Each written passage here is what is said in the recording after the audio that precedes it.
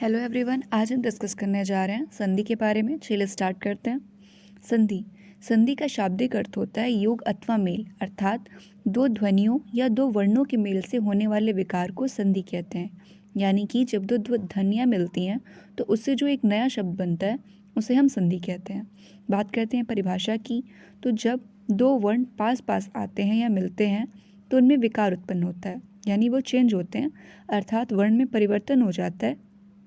यह विकार युक्त मेल ही संधि कहलाता है। कामता प्रसाद गुरु, जो कि व्याकरण के एक बहुत बड़े गुरु माने जाते हैं, उनके अनुसार दो निर्दिष्ट अक्षरों के आसपास आने के कारण उनके मेल से जो विकार उत्पन्न होता है उसे संधि कहते हैं। संधि और समास में मेन डिफरेंस ये होता है कि संधि वर्णों के मेल से बनता है और समास जो होता है वो दो शब्दों के मेल से बनता है। श्री किशोरी वाजपेयी के अनुसार देखते हैं उन्होंने क्या कहा है। उन्होंने कहा है, जब दो या अधिक वर्ण पास पास आते हैं तो कभी कभी उनमें रूपांतर हो जाता है, इसी रूपांतर को संधि कहते हैं। बात करते हैं संधि विच्छेद की, तो शब्दों के मेल से उत्पन्न ध्वनि परिवर्तन को ही संधि कहते हैं। परिणाम स्वरूप उच्चारण एवं लेखन, यानी उच्चारण करने और लिखने में दोनों ही स्तरों पर अपने मूल रूप से भिन्नता आ जाती है, यानी कि वो अलग हो जाता है। अतः उन शब्दों को पुनः मूल रूप में लाना ही संधि विच्छेद कहलाता है। जैसे हम एक एग्जाम्पल देखते हैं, महाधन ईश, यानी कि ये किसका संधि विच्छेद है? महेश का। तो यहाँ पे आधन ई मिलके क्या हो जा रहा है? ए हो जा रहा है। नेक्स्ट बात करते हैं, संधि विच्छेद के लिए पुनः मूल रूप में लिखना होगा। जैसे कि महेश है तो इसका अगर हम संधि विच्छेद करेंगे तो ये हो जाएगा महाधन ईश। मनोबल, मनोबल का हो जाएगा मनाधन बल। गणेश, गणेश का हो जाएगा गणधन ईश। बात करते हैं इसके भेद की, तो संधि के तीन भेद होते हैं, स्वर संधि, व्यंजन संधि और विसर्ग संधि। चलिए देखते हैं स्वर संधि क्या होती है। स्वर संधि यानी कि दो स्वरों के, यानी अ आ ई जो हमारा स्वर होता है, दो स्वरों के मेल से उत्पन्न विकार स्वर संधि कहलाती है। स्वर संधि के भी 5 भेद होते हैं। कौन कौन से 5 भेद होते हैं? सबसे पहले बात करते हैं दीर्घ संधि की। दीर्घ संधि क्या होता है? दो समान स्वर मिलकर दीर्घ हो जाते हैं, यानी कि वो बड़ा हो जाते हैं। यदि अ आ, छोटी ई, बड़ी ई, उ, बड़ा ऊ के बाद वे ही, यानी कि ये सारे वर्ण ही आए, लघु या दीर्घ स्वर आए, तो क्रमशः उनका आ, बड़ी ई, उ हो जाता है। जैसे जैसे कि अगर अ और अ आ रहा है तो वो मिलके आ हो जाएगा। जैसे एग्जाम्पल देखते हैं, अन्न धन अभाव, यानी अन्ना भाव, अ प्लस आ मिलके आ हो जाएगा। जैसे भोजन धन आलय, यानी भोजनालय। अगर पहले वाले वर्ण में आ है और दूसरे वाले में अ है तो भी उसका आ हो जाता है। जैसे विद्याधन अर्थी, विद्यार्थी। अगर दोनों में आ की मात्रा है तो उसका भी आ होता है। जैसे महाधन आत्मा, महात्मा। नेक्स्ट बात करते हैं, अगर छोटी ई के साथ छोटी ई मिलता है तो वो बड़ी ई हो जाता है। जैसे गिरिधन इंद्र, गिरेंद्र। नेक्स्ट बात करते हैं, बड़ी ई धन छोटी ई मिलेगा तो वो भी बड़ी ई हो जाएगा। जैसे महीधन इंद्र, महेंद्र। नेक्स्ट बात करते हैं कुछ और एग्जांपल्स की। जैसे छोटी ई और बड़ी ई मिलेगा तो वो भी बड़ी ई हो जाएगा। जैसे गिरिधन ईश, यानी गिरीश। बड़ी ई और बड़ी ई मिलेगा तो वो भी बड़ी ई रहेगा। जैसे रजनीधन ईश, यानी रजनीश।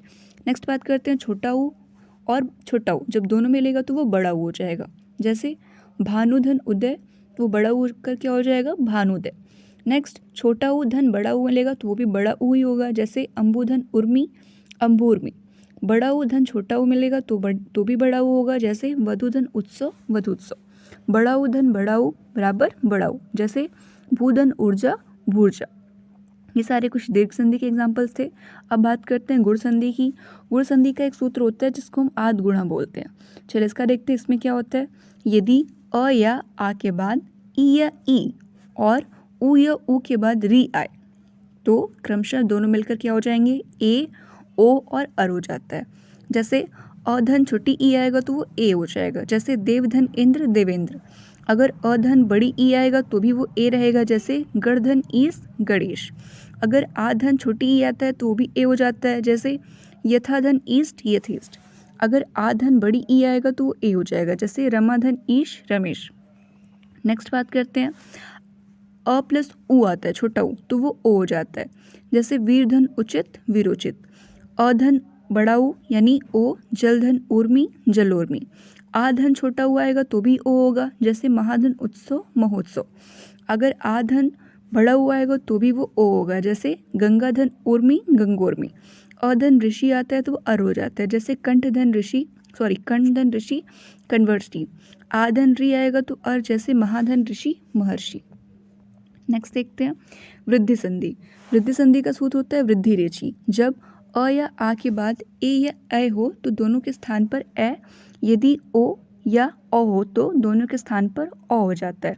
जैसे अधन ए मिलकर ए हो गया, जैसे एक धन एक एक एक। अधन ए होकर ए हो जाएगा, जैसे परम धन ऐश्वर्य परमेश्वर।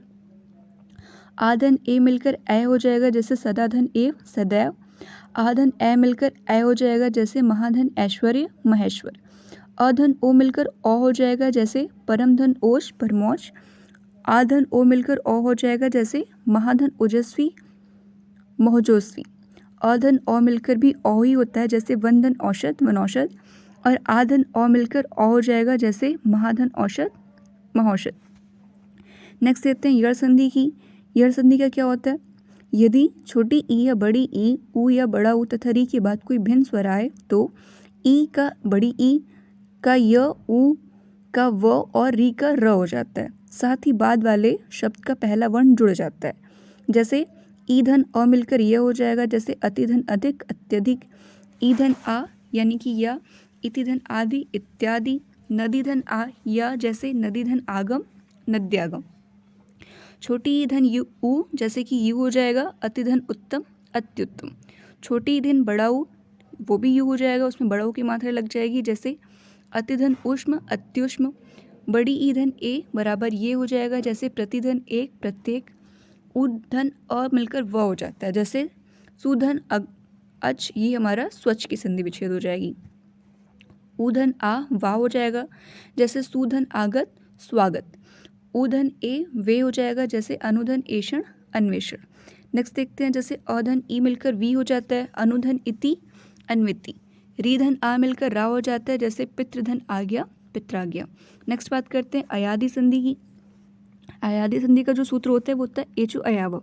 यदि ए या ए, ओ या औ के बाद कोई भिन्न स्वर आए तो ए का ए का आय हो जाता है, और ओ का अव और औ का आव हो जाता है। जैसे एधन अ अय हो गया, नेधन अन नयन। एधन अ का आय, जैसे नैधन अक नायक। ओधन अ जैसे अव, इसका हो जाएगा पोधन अन पवन। औधन आव, इसका हो जाएगा पौधन अक पावक। नेक्स्ट बात करते हैं व्यंजन संधि की। जब पास आने वाले दो वर्णों में से पहला वर्ण व्यंजन हो और दूसरा स्वर अथवा व्यंजन कुछ भी हो तो उनमें होने वाली संधि को व्यंजन संधि कहते हैं। व्यंजन संधि सभी संधियों के कुछ प्रमुख नियम हैं, जैसे कि हम देखते हैं वो क्या क्या है। यदि प्रत्येक वर्ग के पहले वर्ण अर्थात क छ ट त प के बाद यदि किसी वर्ग का तृतीय यानी तीसरा या चतुर्थ वर्ण आए, जैसे कि या र ल व या कोई स्वर आए, तो क छ ट त प के स्थान पर अपने ही वर्ग का तीसरा वर्ण अर्थात ग ज ड द ब हो जाता है। जैसे वाग्धन ईस वागीश, दिग्धन गज दिग्गज, वाग्धन दान वागदान, सतधन वाणी सद्वाणी, अचधन अंत अजंत, अपधन ईंधन अबिंधन, तद्धन रूप तद्रूप, जगतधन आनंद जगदानंद, शब्दधन द शब्द। एक और एग्जाम्पल देखते हैं, जैसे कि यदि प्रत्येक वर्ग के पहले वर्ण अर्थात क छ ट त प के बाद न या म आए तो क छ ट त प अपने वर्ग के पंचम वर्ण अर्थात यंग रंग न म में बदल जाता है। जैसे वाग्धनमय वांग्मय, षडधन मास षण्मास, जगतधन नाथ जगन्नाथ, अपधनमय अम्मय। एक और एग्जाम्पल्स देखते हैं, जैसे कि यदि म के बाद कोई स्पर्श व्यंजन आए तो म जुड़ने वाले वर्ण के वर्ग का पंचम वर्ण या अनुस्वार हो जाता है। जैसे अहम धनकार अहंकार, किम धनचित किंचित, समधनगम संगम, समधनतोष संतोष। ये नेक्स्ट नियम देखते हैं, यदि म के बाद य र ल व श स ह में से किसी भी वर्ण का मेल हो तो म के स्थान पर अनुस्वार लगेगा। जैसे समधन योग संयोग, समधन रचना संरचना, समधनवाद संवाद, समधनहार संहार। नेक्स्ट देखते हैं, जैसे समधन रक्षण संरक्षण, समधन लग्न संलग्न, समधनवत संवत, समधनसार संसार। नेक्स्ट नियम देखते हैं, यदि त या द के बाद ल रहे तो त या द ल में बदल जाता है। जैसे उद्धन लास का उल्लास हो जाएगा, उद्धन लेख का उल्लेख।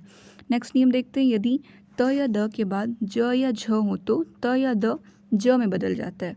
जैसे सद्धन जन सज्जन, उद्धन झटिका उज्जटिका। नेक्स्ट नियम देखते हैं, यदि त या द के बाद श हो तो त या द का च और श का छ हो जाता है, जैसे उद्धन श्वास उच्छ्वास, उद्धन शिष्ट उच्छिष्ट, सद्धन शास्त्र सक्षास्त्र। नेक्स्ट नियम, यदि त या द के बाद च या छ हो तो त या द का च हो जाता है, जैसे उद्धन चारण उच्चारण, सद्धन चरित्र वो सच्चरित हो जाएगा। नेक्स्ट नियम देखते हैं, यदि त या द के बाद यदि ह हो तो त के द के स्थान पर द और ह के स्थान पर ध हो जाता है, जैसे तद्धन हित तद्धित, उद्धनहार उद्धार। नेक्स्ट नियम देखते हैं, जब पहले पद के अंत में स्वर हो और आगे की पहले पद का वर्ण छ हो तो छ के स्थान पर छ हो जाता है, यानी कि आधा छ और छ, जैसे अनुधन छेद अनुच्छेद, परिधन छेद परिच्छेद, आधन छादन आच्छादन। नेक्स्ट नियम देखते हैं, यदि किसी शब्द के अंत में अ या आ को छोड़कर कोई अनुस्वर आए एवं दूसरे शब्द के आरंभ में स हो तो स के स्थान पर श हो जाता है, जैसे अभिधन श्रेक अभिषेक, विधन सम विषम, निधन सिद्ध निषिद्ध, सुधन सुप्ति सुषुप्ति। नेक्स्ट नियम देखते हैं, रिधन र श के बाद जब कोई स्वर कोई क वर्गीय प वर्गीय अनुस्वार अथवा य व ह में से कोई वर्ण आए तो अंत में आने वाला न ड़ हो जाता है, जैसे भरधन अन भरण, भूषधन अन भूषण, रामधन अयन रामायण, प्रधन मान प्रमाण। नेक्स्ट बात करते हैं विसर्ग संधि की। विसर्ग जो कि हमारा दो बिंदु के रूप में जिसका चिन्ह होता है, तो विसर्ग के साथ स्वर या व्यंजन के मेल से जो विकार होता है उसे विसर्ग संधि कहते हैं। विसर्ग संधि संबंधी कुछ नियम इस प्रकार हैं, जैसे प्रातःकाल, प्रायः, दुख आदि। यदि किसी शब्द के अंत में विसर्ग ध्वनि आती है तथा उसमें बाद में आने वाले शब्द के स्वर अथवा व्यंजन का मेल होने के कारण जो ध्वनि विकार उत्पन्न होता है उसे विसर्ग संधि कहते हैं। पहला नियम देखते हैं, यदि विसर्ग के बाद विसर्ग के पूर्व अ हो और बाद में आ हो तो दोनों का विकार ओ में बदल जाता है, जैसे मनोधन अविराम मनोविराम, अधधन भाग अधोभाग, यशोधन अभिलाषा यशोभिलाषा। नेक्स्ट बात करते हैं, जैसे मनोधन अनुकूल मनोकूल। यदि नेक्स्ट देखते हैं, यदि विसर्ग के पहले अ हो और बाद में आने वाला शब्द का पहला अक्षर अ हो ए हो तो विसर्ग का लोप हो जाता है, जैसे अतधन ए अतैव, यशोधन इक्षा या शिक्षा। नेक्स्ट देखते हैं, यदि विसर्ग के पहले अ हो तथा बाद में किसी भी वर्ग का तीसरा चौथा वर्ण अथवा य र ल व व्यंजन आए तो जो विसर्ग होता है वो ओ में बदल जाता है, जैसे तपधन वन तपोवन, अधधन गामी अधोगामी, वयधन वृद्ध वयोवृद्ध, अंतधन गत्वा अंतो गत्वा, मनोधन विज्ञान मनोविज्ञान। नेक्स्ट नियम की बात करते हैं, यदि विसर्ग के बाद अ के अतिरिक्त कोई अन्य सर्व अथवा किसी वर्ग का तृतीय चतुर्थ या पंचम वर्ण हो तो य र ल व ह हो तो विसर्ग के स्थान पर र हो जाता है, जैसे आयुधन वेद आयुर्वेद, ज्योतिर्मय ज्योतिर्मय, चतुर्धन दिशि चतुर्दिशि। आशा करते हैं आपको ये संधि समझ में आई होगी। Thanks for watching.